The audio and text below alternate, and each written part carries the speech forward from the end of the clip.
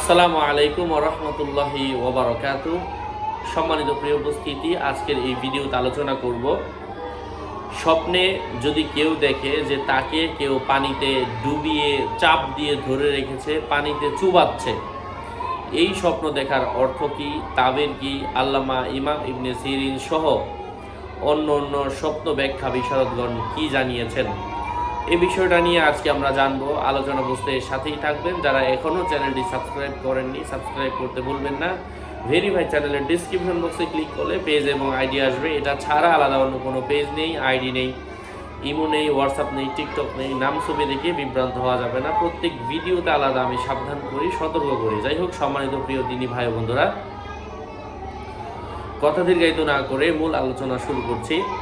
যদি আপনি দেখেন আপনাকে কেউ পানিতে চুবাচ্ছে, এর অর্থ হচ্ছে কেউ আপনার উপর জুলুম করতে পারে, আপনার উপর কেউ জুলুম করবে, আপনার উপর কেউ অন্যায় করবে, অবিচার করবে, এমন কিছুর সম্ভাবনা রয়েছে।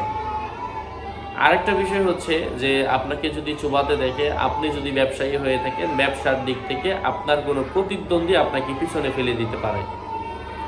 এটা আসলে ব্যক্তি বিশেষের ক্ষেত্রে তার অবস্থা অনুযায়ী স্বপ্নের ব্যাখ্যার মধ্যে ভিন্নতা এসে থাকে। আবার যদি কোনো প্রতিষ্ঠানের পরিচালক এই স্বপ্ন দেখে যে তাকে কেউ ডুবিয়ে দিচ্ছে পানিতে, তাহলে তার পার্শ্ববর্তী কোনো প্রতিষ্ঠানওয়ালা তার বিরোধিতা করতে পারে অথবা তার দুর্নাম করতে পারে।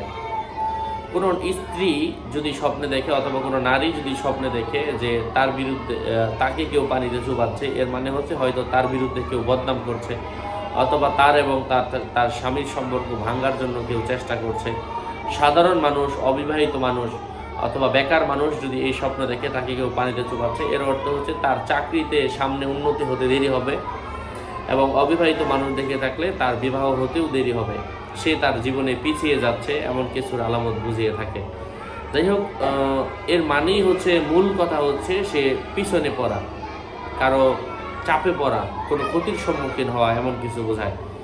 যাই হোক, আশা করছি বুঝতে পেরেছেন। আরও আপডেট পেতে সাথেই থাকবেন। আপনাদের মঙ্গল এবং দীর্ঘায়ু কামনা করে এখানে শেষ করছি। দেখা হবে অন্য কোনো এপিসোডে। আসসালামু আলাইকুম ওয়া রাহমাতুল্লাহি ওয়া বারাকাতুহু।